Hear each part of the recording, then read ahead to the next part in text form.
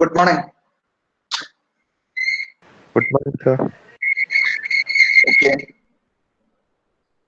so we'll continue with our class on new generation pesticides. Last class we have seen a few groups of new generation pesticides such as neonicotinoids, diamides, avermectins, spinosins. These avermectins and spinosins are derived from microbes. Then we have seen phenylpyrrosol, uh, cartop hydrochloride, that is niristoxin analogs. So all these groups we have seen. Today we will see small minor groups, groups having one or two insecticides, but these groups are now widely used by the farming community also. So just I'll present it. Okay,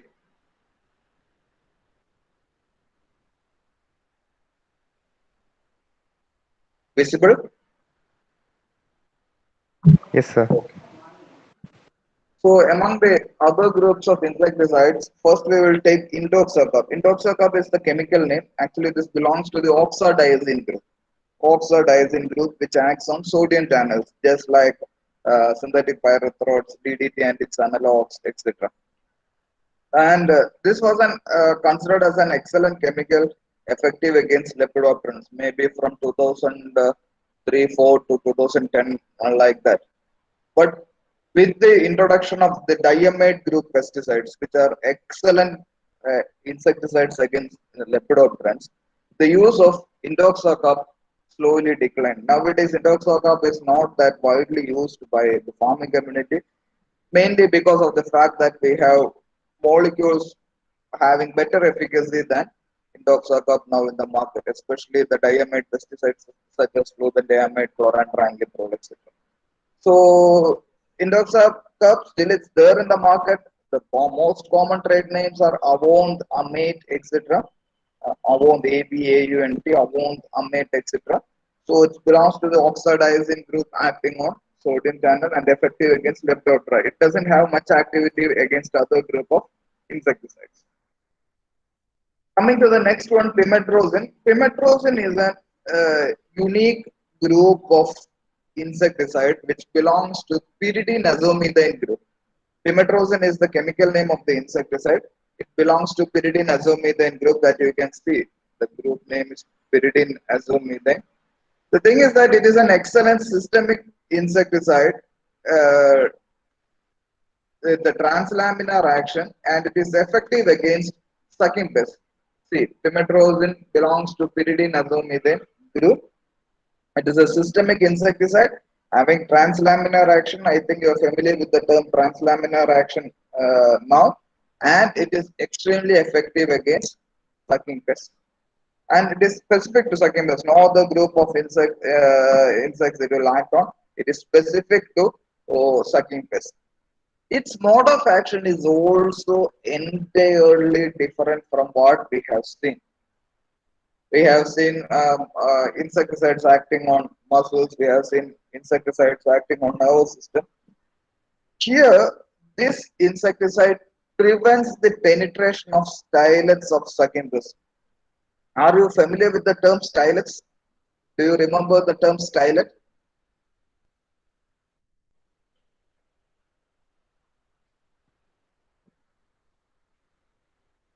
Yes or no?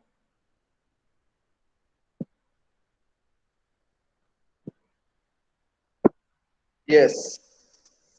So these stylets are used for penetrating the plant tissue, for sucking the plant sap.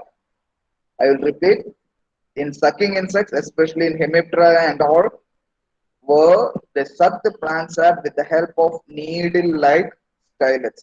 സൂചി പോലെ ഇരിക്കും, കൊതുക് നീരൂറ്റി കുടിക്കുന്ന പോലെ, ചോര കുടിക്കുന്ന പോലെ ചെടികളിൽ നിന്ന് നീരൂറ്റി കുടിക്കാൻ stylets ആണ് യൂസ് ചെയ്യുക. So this insecticide pimetrozin prevents the penetration of stylets by sucking pests. So what happens if the insects are unable to penetrate the stylets into the plant tissue? It won't be able to suck plant sap. That means it will die of starvation. It can't take food from the plant, can't suck sap from the plant. So mortality is a bit slow because it is not an instantaneous kill just like synthetic pyrethroids. Here the mortality is a bit slow, but it is an excellent insecticide against sucking pest which is having systemic activity. The most common trade name available in the market in India is Chess. This brand name is the common one available. Apply Plenum and all. It's not in Indian market. The uh, uh, brand name available in Indian market is Pimetrozin. So pimetrozin is an insecticide belonging to pyridinazomethane group, which is a systemic insecticide effective against sucking pests, and its mode of action is unique, wherein it blocks the penetration of stylets into plant tissue. Coming to the next insecticide, that is flunicamid. Flunicamid is an insecticide belonging to pyridine carboxamide group. Pyridine carboxamide group. Similar to this pimetrozin, flunicamid also acts in a similar manner. What happens is that if we apply flunicamid, if we apply flunicamid, it causes this cessation. That means the insect sucking pest, it is also a systemic insecticide having translaminar action effective against sucking pests. So flunicamid and pimetrozin, the characters are almost similar. Systemic and translaminar effective against sucking pests. These two characters are similar, and the mode of action is also similar, but there is slight difference if we go up to the molecular level that I am not describing. But mode of action is also almost similar. The flunicamid, what it does is once the flunicamid is applied, the insect will stop its feeding, sucking pest, and insect will die of starvation. And it will take just like pimetrozin, flunicamid is also a bit slow. The mortality takes place in 2 to 5 days because of dehydration and starvation. So we have two insecticides which have unique mode of action. Though the mode of action is slightly similar, it's not that exactly the same. One, in pimetrozin, it prevents the penetration of stylets. In flunicamid, the insect stops feeding. And in both the cases, mortality is a bit slow. Insect dies due to starvation. Both are effective against sucking pests, systemic insecticides, and it belongs to the flunicamid belongs to the group pyridine carboxamide. And its trade name in market only one trade name it is available, that is Ulala. Ulala. Okay, this is flunicamid. Coming to acaricides, we have several new group of acaricide, and most of these acaricides affect ATP synthesis or electron transport chain. If it is affects electron transport chain, it invariably affects ATP synthesis. So most of them is working on the cellular respiration, and one group of acaricides act on different side, that is fatty acid biosynthesis. So we will see which are all the acaricides with the new mode of action. The first one is the cyclic ketoenol group. This is the name of the group, cyclic ketoenol. The cyclic ketoenol has three insecticides. The most common one used is the first one, that is pyromesifen. Remember this name. This is widely used by farmers. Then we have spirodiclofen and spirotetramat. I repeat, the cyclic ketoenol group has three insecticides: spiromesifen, spirodiclofen, and spirotetramat. As I told you, it is effective against mite, and some of these insecticides are effective against sucking pests also, homopterans also, and most of them are effective against mites. The mode of action is entirely different. It acts on fatty acid biosynthesis, lipid biosynthesis. In lipid biosynthesis, we have a critical enzyme called as acetyl-CoA carboxylase, which is needed for biosynthesis of lipids. So, this cyclic ketoenol pesticides such as pyromethylene, pyrodiclofen, and spirotetramate inhibit the enzyme acetyl-CoA carboxylase acting on essential for lipid biosynthesis. Among these three, only spirotetramate is a systemic one, and it is an insecticide. It's mite acariciidal activity is a bit low. It is not that effective against mite, but it is a good insecticide, but it is not introduced in the Indian market. Whereas the spiromesifen and spirodiclofen are insecticide as well as acaricide having contact action. They doesn't have any systemic action. And among this, spiromesifen is the one which is widely available in Indian market and registered, that is Oberon. Oberon. So in cyclic ketonol, we have three insecticides as well as insecticide as well as acaricide, pyromesifen, spirodiclofen, and spirotetramate. All these act on fatty acid biosynthesis by inhibiting the enzyme acetyl-CoA carboxylase. Among these three, spirotetramate is more of an insecticide which is having systemic activity, whereas spiromesifen and spirodiclofen both are insecticidal as well as acaricidal in nature, but it doesn't have any systemic property. Both are contact insecticide as well as acaricide.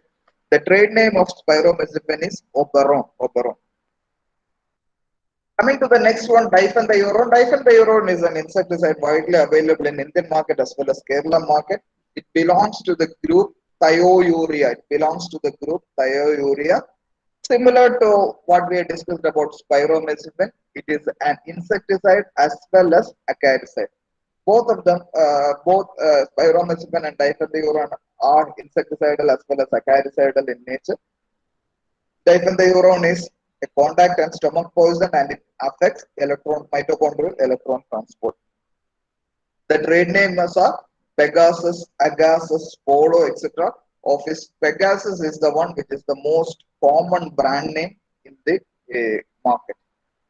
So diphenthioron acts on mitochondrial electron transport chain. It is belongs to the group Thiourea. It is an insecticide as well as an acaricide having contact and stomach action. So this is with respect to diphenthioron. The next group which is acting on ATP synthesis, which affects ATP synthesis, is chlorpheniapyr. Chlorpheniapyr. Its trade name is Lepido. Its trade name is Lepido. It is belong to the group Pyrrole. It belongs to the group Pyrrole. It is an insecticidal as well as acaricidal in nature, having contact and stomach activity. So chlorpheniapyr belongs to Pyrrole group, insecticide as well as acaricide in nature, contact and stomach poison. It affects ATP synthesis. Similar to diphenthioron, it acts on actually chlorpheniapyr acts on ATP synthase. You might be familiar with this enzyme, ATP synthase.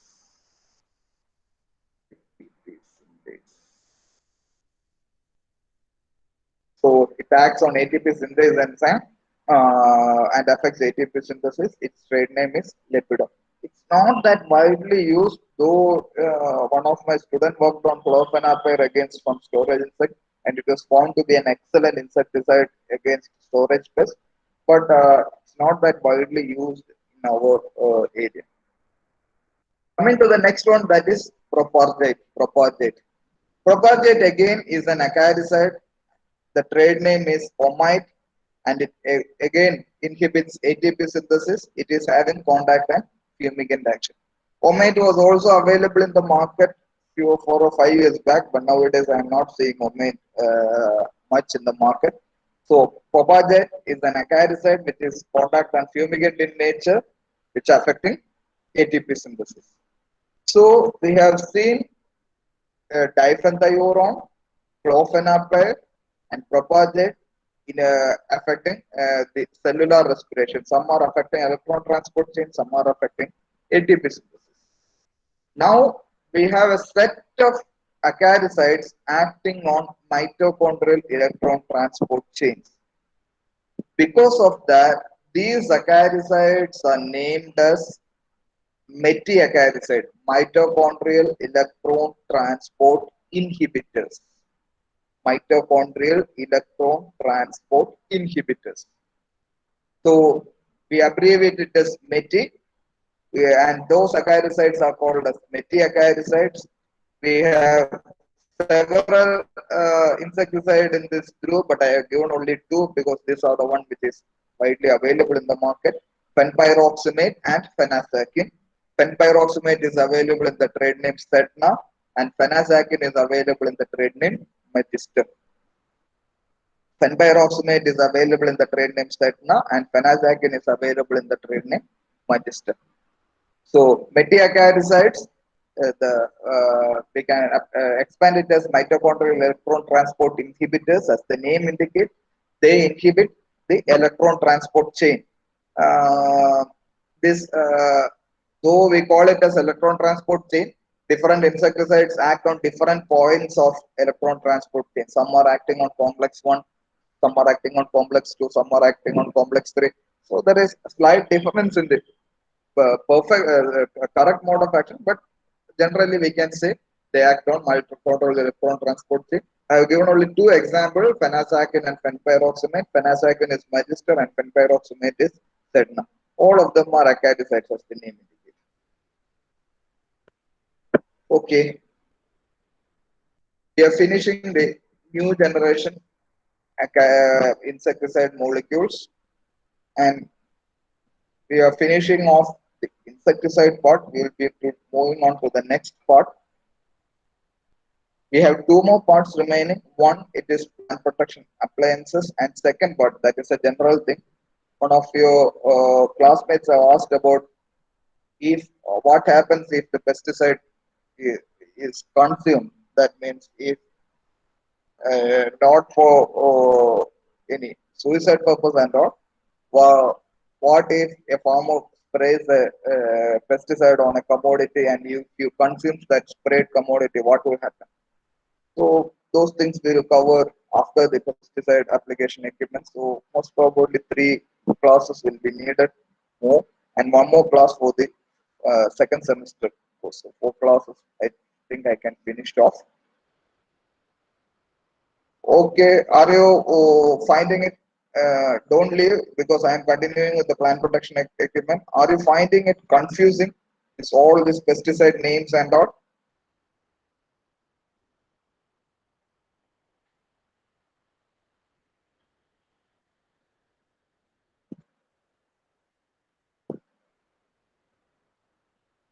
Yes. One way is okay. I will show you one way to study this. Just a minute.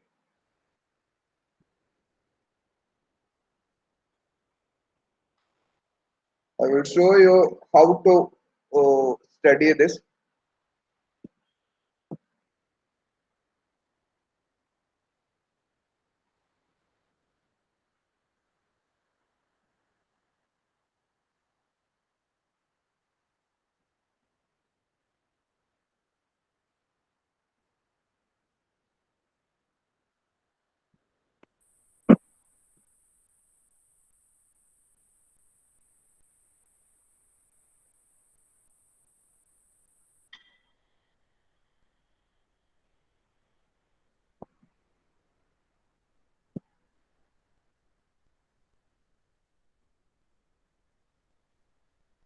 I will be presenting my screen.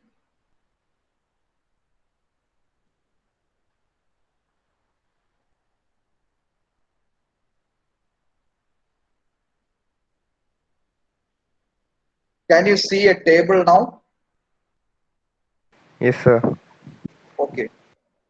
This is the way you can prepare. This is where you can include all your. I will ask you to prepare a table like this for your practical record. I will distribute this also. One thing it is missing in this table is the trade name. I will try to include the trade names also, and I will distribute it. Harishnan, you just remind me. I will forget it, all those things. Okay. Okay, sir. So here you have the chemical name. Here you have the formulation. I have not given the formulation here because all these pesticides are banned. Here we have the group. Here we have the mode of action. Here we have the color code, that red, yellow, blue, green. Those which doesn't have that color code, that's because they are obsolete chemicals. And it is I have given the remarks. One thing you can do is this remarks I have given only a few things, but you can add remarks as per your wish for your study purpose. So almost all things I have included that I taught you is included over here. A few more insects, especially OP compounds, I have added. Just go through it. See, one by one. Here comes all the neonicotinoids.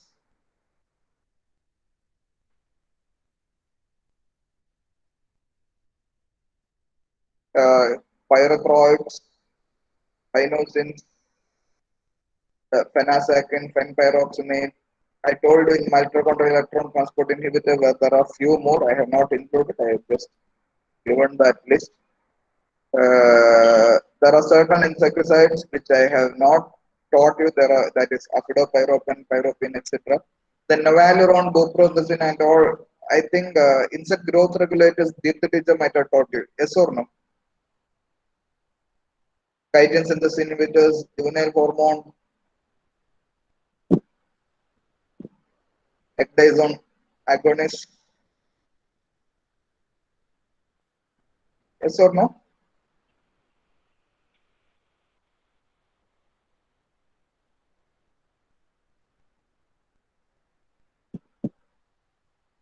No. Chitin synthesis inhibitors നിങ്ങൾ കേട്ടിട്ടില്ലേ Harikrishnan Deepthi teacher ആ ഇത് Sir, ma'am, and എന്താ കുറച്ചുകൂടി എടുക്കാനുണ്ട്.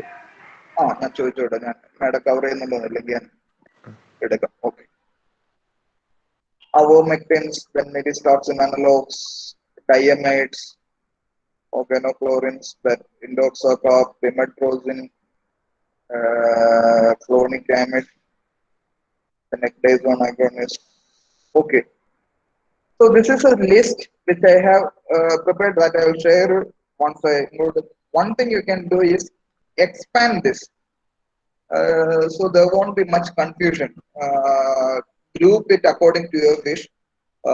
In the remarks column, you can add more because there are certain insecticides which are acting on Lepidoptera, certain insecticides acting on mites, certain insecticides specific to sucking pests, then mode of action that we have discussed. So if you study in that manner, then only you will be able to understand and remember these insecticides. Why you have to learn this much insecticides? That is one thing. Some people may ask. Once in your final year, you will be going for rural agriculture work experience. Therein we have a module called as plant clinic or agro clinic. So you will be facing farmers, and farmers will be asking for solutions for management options for particular kind of pests. And you may be meeting farmers who have already used whatever pesticides you have studied. So you have to have an understanding of almost all the pesticides available in the market, how it is effective, and you should have a strategy to advise the farmers who are repeatedly using some kind of a pesticide. Because I've heard of the area called as Mudalamada in Kerala. What is the significance of Mudalamada? Anyone from Palakkad?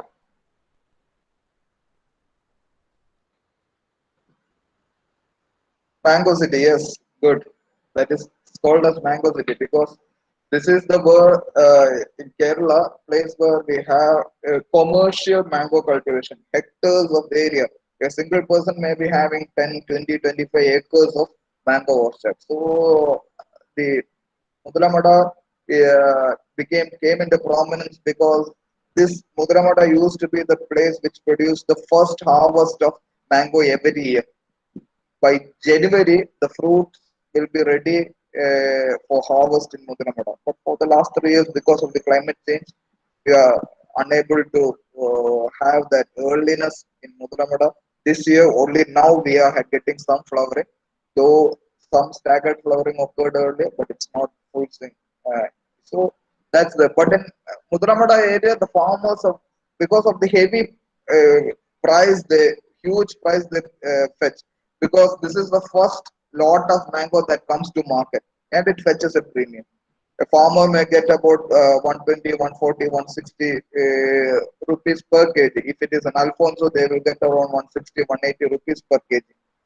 So depending upon the variety, the rate changes. So because of that huge income they receive, they used to apply so many pesticides.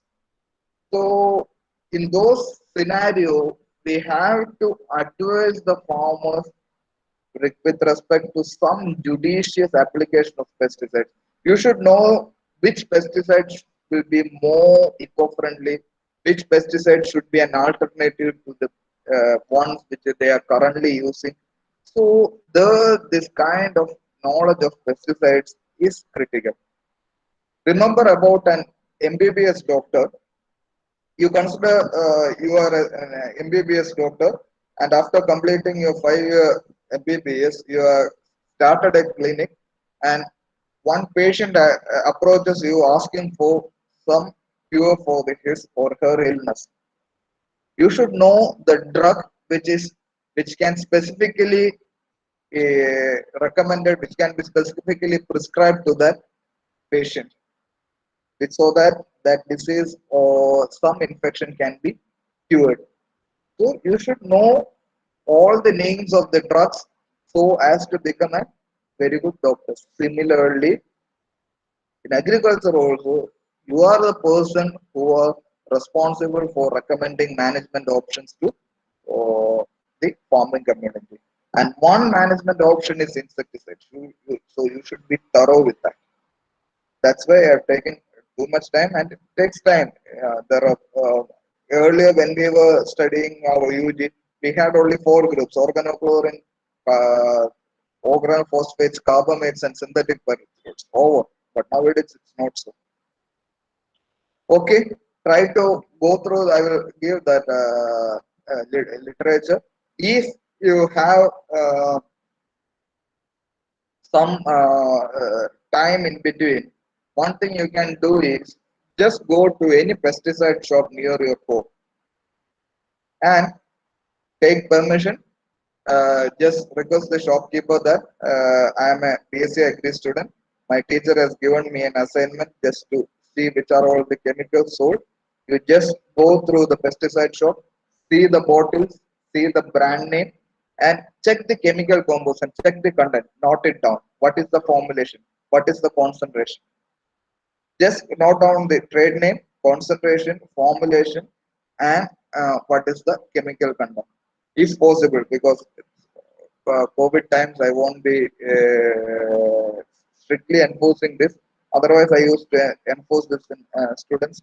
If you go to that, it will help you to understand how the pesticide market works. Okay, we'll move to the next topic, that is plant protection equipments. So, what is a plant protection equipment?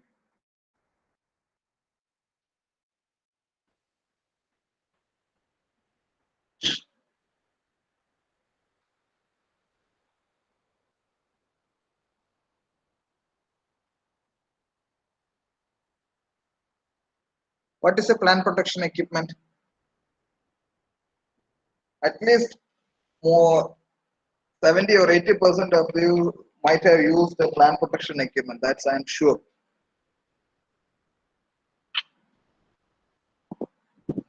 Have you ever used a sprayer for spraying anything? Yes, that is a plant protection equipment. We can call it as pesticide application equipment. Pesticide application equipment. Any equipment used to apply pesticide. Pesticide application equipment. So this is plant protection equipment or pesticide application equipment. So this is more of a practical class. Usually I used to cover this in practicals. but your practical sessions will be extremely cramped. So I won't get enough time during the practical class to handle this. So I'll be covering the theory part. You can see almost all the things in the practical session. Okay. And why we need an appliance or an equipment for spraying or delivering the pesticide in the field. One thing is we need an appliance to ensure uniform spread of pesticide because you have to cover an area, maybe 1 acre, 1 hectare, 2 acre, 2 hectare, whatever may the area, the pesticide should be uniformly spread in the field. That is one critical criteria that determines the efficacy of the pesticide. So, in order to have a uniform spread of pesticide in the field, we need pesticide application equipment. And another thing is that all the pesticides are chemicals in one way or the other toxic if it goes above a certain limit.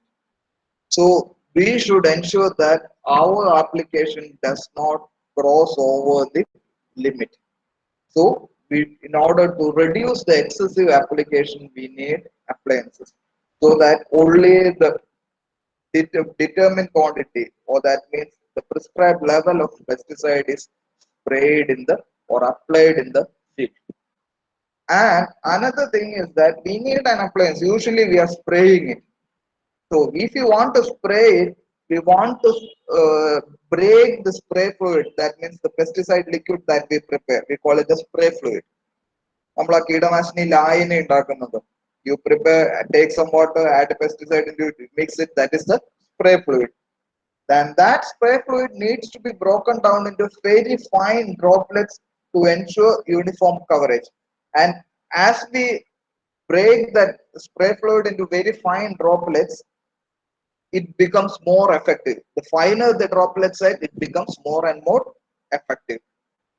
So in order to break the liquid into droplets, spray fluid into droplets, we need pesticide application equipment. So it will ensure uniform spread of the pesticide. It will reduce excessive application of the pesticide, and it will help us to break the spray fluid into droplets. And what are the major methods of pesticide application? So we have appliances for carrying out this specific kind of application procedures. The first one is dusting. I think you know about dust formulation. We have discussed about dust formulation. പൊടിയായിട്ടുള്ള സാധനം. So we need a specific kind of equipment which will help us to evenly spread the dust in the field. And those equipments which are meant for carrying out the dusting operations are called as dusters. Dusters. And those instruments which are used to carry out spraying operations, just like we have formulations such as EC formulation, SC formulation, WP formulation, etc., which are meant for diluting in water and sprayed in the field. In those cases, we need sprayers for carrying out spraying operations. So the two major methods of application of pesticides is spraying and dusting. And for granular pesticides, we have granular application, and here we can go for broadcasting, furrow application, leaf fold application, etc.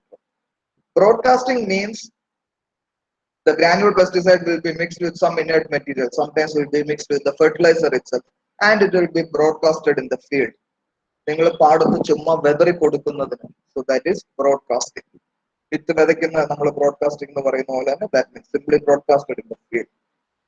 And the second type of application of granule pesticide is furrow application. The furrow application means we have furrow crops such as sugarcane, maize, sorghum, etc., where we have line planting and the crop will be planted in furrows, especially sugarcane. So there are certain pests which attack sugarcane from the soil, especially termite and all. So what we will do is this granular pesticide will be applied in the furrows.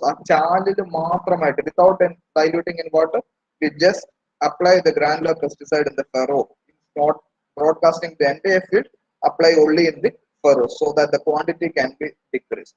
So that means furrow application. And the third kind is leaf whorl application. Leaf whorl application. Here we can have the example of banana. In banana, have you seen farmers applying some pesticide in the leaf axis, leaf whorls? കർഷകർ വാഴയുടെ ഇലയുടെ കവിളില് ഇലക്കവിളിൽ എന്നാണ് പറയുന്നത് നമ്മൾ leaf axle എന്തെങ്കിലും pesticide ഇടുന്നത് നിങ്ങളുടെ ശ്രദ്ധയിൽപ്പെട്ടിട്ടുണ്ടോ? Yes, granular pesticides. They can farmers, we recommend farmers to go for application of neem cake and all in the leaf axis. So that is leaf whorl application. Whether it is insecticide or a botanical, we usually go for leaf whorl application in banana, especially for certain insects like pseudostem evil, etc. So just remember that leaf whorl application is nothing but applying this granular pesticides in the leaf axis, a leaf in the comb in the you might have seen at least in your household if in coconuts, the coconut climber, your parents might be instructing the coconut climber to apply something in the coconut crown, in the leaf axis of the coconut crown to manage beetles. ചെല്ലീനെ നിയന്ത്രിക്കാനായിട്ട് തെങ്ങിന്റെ കൂമ്പിൽ എന്തെങ്കിലും ഇടാൻ പറഞ്ഞു കേട്ടിട്ടുണ്ടോ, കണ്ടിട്ടുണ്ടോ? Yes, that is leaf whorl application. ആ ലീഫിന്റെ ആക്സിലില് ആ ഇലകളുടെ ഇടയിൽ ഇട്ട് കൊടുക്കുന്നതിനാണ് ലീഫ് whorl ആപ്ലിക്കേഷൻ എന്ന് പറയുന്നത്. So we have dusting, spraying, granular application can be broadcasting, furrow application and leaf whorl application. Next is seed dressing. That means we will be treating the seeds that we have discussed when we have discussed about FS, WS formulations, etc. That is meant for seed treatment, dressing the seed. The next one is seedling root dip.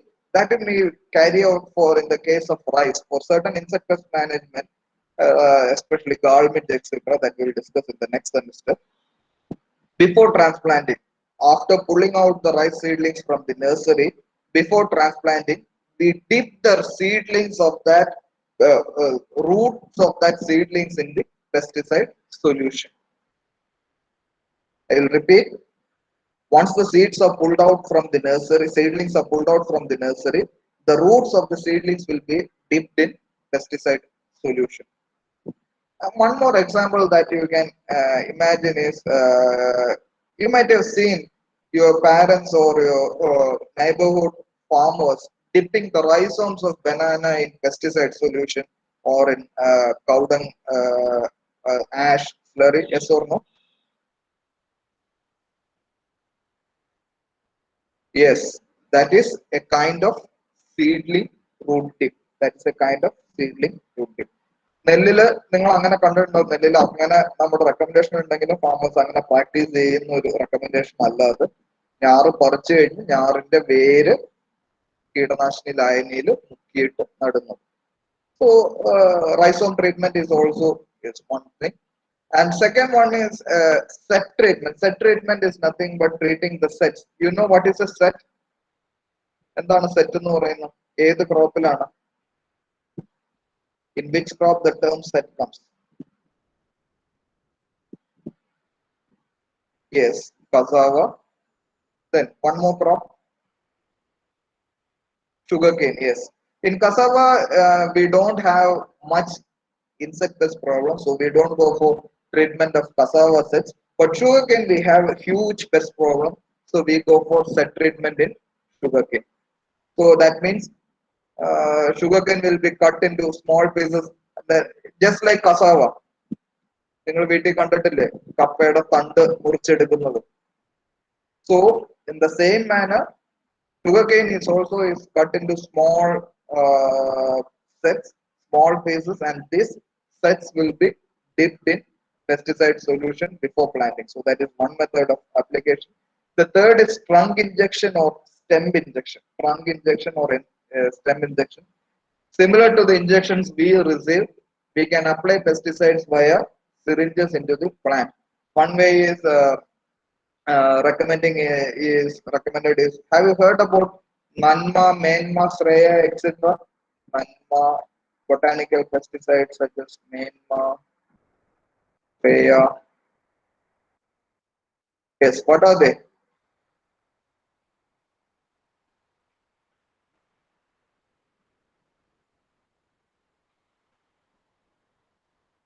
They are botanicals derived from tapioca. Yes, extract from cassava. Good. So, cassava leaf extract. Of this, Nanma is injected into the pseudostem. We take Nanma in a syringe and we inject that liquid in the syringe into the pseudostem of banana. So that is stem injection or trunk injection. The next one is swabbing. That means coating the pesticide onto the trunk of the tree. You might have seen those who have rubber or sometimes you might have seen your branches of your mangoes in your household drying. What you did for that? വീട്ടിലെ മാവിന്റെ കൊമ്പ് ഉണങ്ങിയത് നിങ്ങൾ കണ്ടിട്ടുണ്ടോ? That's due to some fungal infection. But what do you do for that? Have you seen any management practice for that?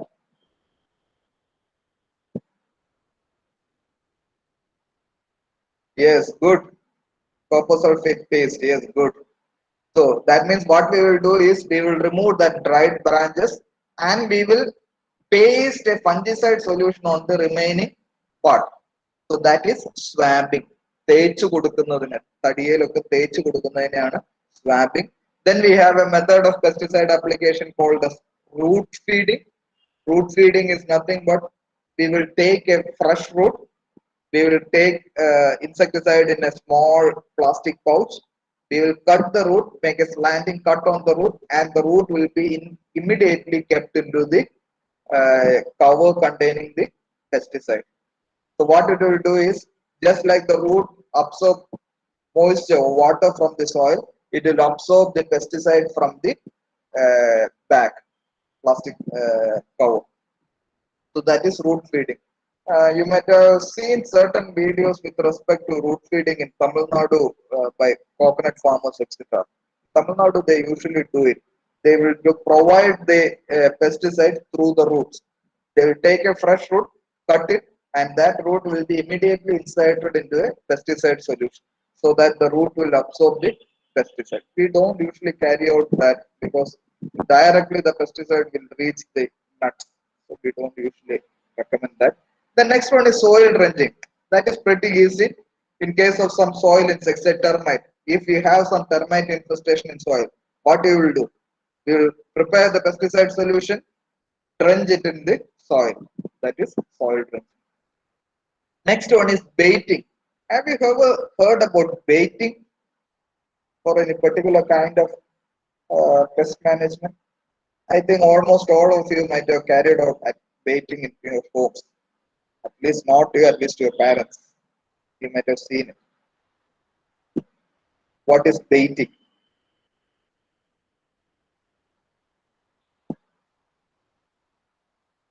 What is the literal meaning of bait?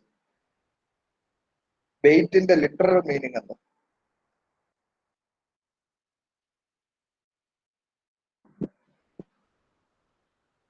poison. Poison is attract to trap. Yes, what we told is correct. Attract. ഒരു കെണിയാണ് bait എന്ന് പറയുന്ന കെണിയാണ്. So yes, Devan is told is correct. For rats, എലിക്ക് നമ്മൾ എങ്ങനെയാ വിഷം വെക്കുന്നത്? For rodent management, for rat management in your home, what you will do? You will keep the poison in a food material, preferred by the rodents or the rats. So that is baiting. നമ്മൾ കപ്പയില് പഴത്തില് ഒക്കെ വെക്കും. So that is baiting. You mix the insecticide with the food material and they will attract the insects or animals into it. ഇതിന്റെ ഈ ബെയ്റ്റിങ്ങിന്റെ ഏറ്റവും വേറൊരു verse scenario ആണ് നമ്മളൊരു 1.5 കൊല്ലം മുമ്പ് കണ്ടത്. നിലമ്പൂര് ഭാഗത്ത് ഈ ആന ഇത് കഴിച്ച് പൈനാപ്പിൾ കഴിച്ചു കഴിഞ്ഞപ്പോ പൈനാപ്പിളിൽ ഉണ്ടായിരുന്ന ഒരു സ്ഫോടക വസ്തു പൊട്ടിത്തെറിച്ച് ആനയുടെ വായ ഡാമേജ് ആയി ആന ചെരിഞ്ഞ ഒരു ഇൻസിഡൻസ് ഉണ്ടായിരുന്നു. നിങ്ങൾ പത്രത്തിൽ വായിച്ചിട്ടുണ്ടോ? പൈനാപ്പിളിന്റെ അടുത്ത് പടക്കം വെക്കുകയാണ് അവർ ചെയ്യുന്നത്. So this is kind of baiting. Not that a recommended practice, but this is also a baiting kind of thing. And the next one is fumigation. Fumigation means we use pesticides in gaseous form. We will close the entire room, we will make the entire room airtight, and we will release poisonous gas into it so that all the things in that room will get killed. So that is fumigation. So these are the different methods of application. Among these methods of application, we will be discussing only dusting and spraying, because that is the one we have mainly equipments for and for application. The first one is dusting. In dusting, dust particles falls freely in the air and settle down on crops. That means if you dust in the if you take an example, take some talcum powder. I think every one of you have some talcum powder, and try to apply talcum powder into a plant, any plant. Apply it from a slight bit height, about 1 feet or 2 feet height. You can see that actually, if we are using talcum powder, the openings in that talcum powder bottle is a bit big, and the particle size is also a slightly bigger in size. So it will come flooded, but what it will do is it will fall freely in the air and it will spread on the leaf surface of the plant. So that is nothing but dusting.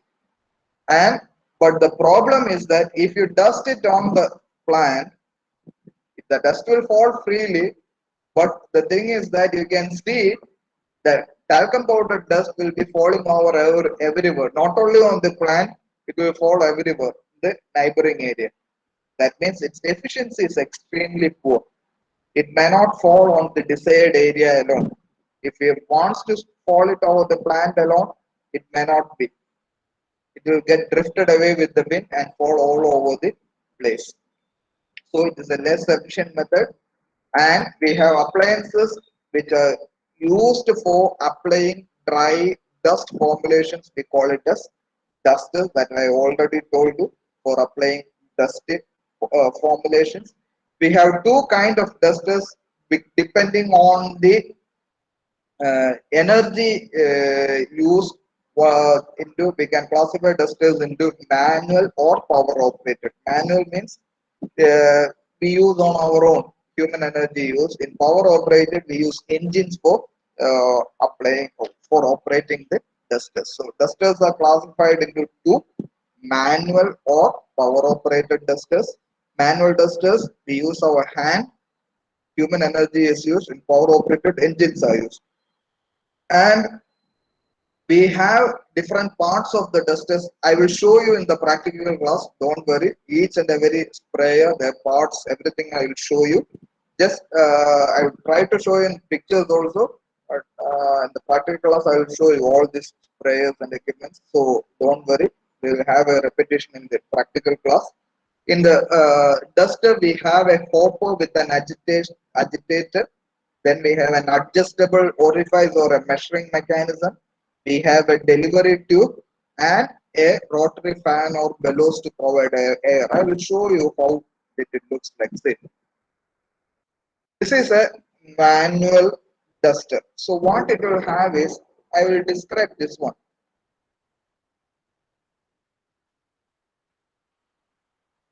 This one. This part is the hopper. ഇതിനെയാണ് നമ്മൾ hopper എന്ന് വിളിക്കുന്നത്.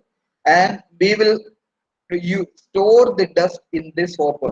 We will open the packet of a dust formulation, and that dust in the formulation will be kept inside this hopper. ഇതിലേക്ക് നമ്മൾ ആ insecticide dust ഇട്ട് കൊടുക്കും. And inside this hopper, we have an agitator. Once we start operating this duster, this agitator inside this hopper also works.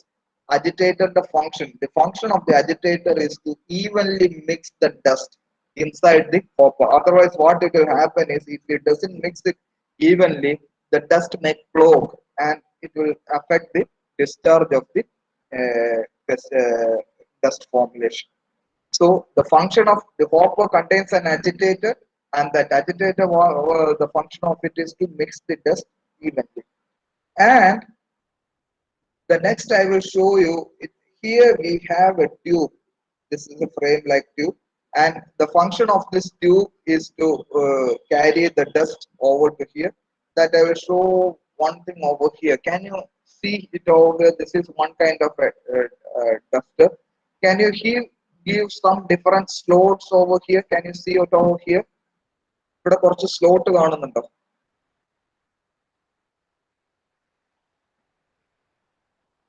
Yes or no? Yes. Here we have a lever over here. This lever can be adjusted. Adjusting this lever, we can adjust the flow of the dust into the delivery tube. This is the delivery tube. This is the, here what you see is the delivery tube. This is the delivery tube. And this tube will be connected over to this part of the spray. You can see how the farmer is using it. So this is called as metering mechanism or adjustable orifice. We can adjust the flow of the dust. നിങ്ങൾക്ക് കൂടുതൽ വേണമെന്നുണ്ടെങ്കിൽ അത് കൂടുതൽ തുറന്നു വെക്കാം, കുറച്ച് മതിയുള്ളൂവെങ്കിൽ അത് കുറച്ചും വെക്കാം. Just like a tap, we can adjust the flow of the dust. This is an adjustable orifice or metering mechanism. And this is the bellow. ഈ bellow എന്ന് പറയുന്നതിന് എന്താണ് Malayalam? BELLO.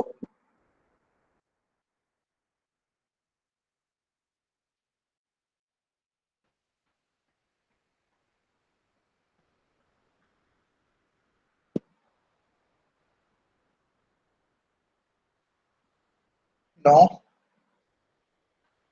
I don't know whether you have seen it or not. Maybe about 10-15 years back, blacksmiths were pretty common in the rural areas of Kerala. കൊല്ലന്റെ ആല കണ്ടിട്ടുണ്ടോ നിങ്ങൾ? I was born and brought up in a village, so I am familiar to all those things. Yes. In those, I will show you a picture. Have you seen a kind of this one? They will be moving it like this to generate air. How they heat up the implements or any iron before working it. എങ്ങനെ അവരാ ഇരുമ്പ് ചൂടാക്കുന്ന പൾപ്പിക്കുന്നതിന്റെ? They will operate this kind of thing, that is bellows. Another kind of a typical example that you can see is you might have used bell on bicycles. നിങ്ങളുടെ എല്ലാവരും സൈക്കിളിന്റെ മുകളിൽ ഒരു bell കണ്ടിട്ടില്ലേ? ഒരു പ്ലാസ്റ്റിക്കിന്റെ ഇങ്ങനെ ഞെക്കുന്ന ഒരു ബെല്ല്, ഒരു പ്ലാസ്റ്റിക് ഞെക്കി കഴിഞ്ഞാൽ yes, that is nothing but a bellow. Once you press that plastic, it will generate a flow of air, so that we can call it as bellow. So anything which generates an air, a jet of air, that we can call it as bellow. So here what we will do is, so sorry, I could have shown over here. This is the hopper. This is inside, we have an agitator that will mix it, and we have a feed control mechanism over here, so that the dust flow into this tube can be controlled. The dust will be flown through this tube. Here what we have is what we have shown here. See here, this lever. See this man operating here, this lever.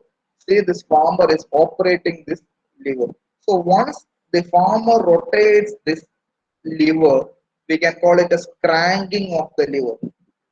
In technical term, we can call it as cranking.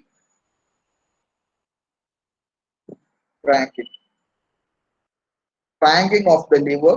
You can see once this lever is cranked, you can see a fan will be rotating inside. You can see a fan over here.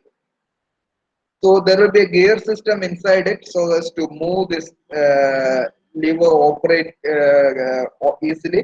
That gear system will help us to move this lever easily. The cranking mechanism will be easy.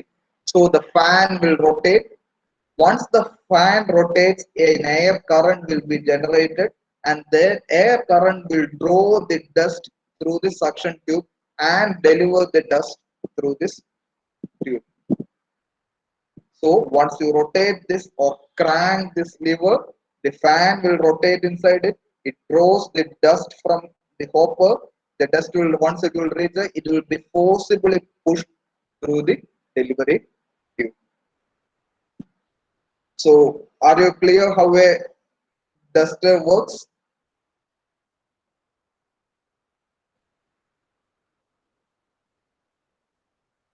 Yes or no?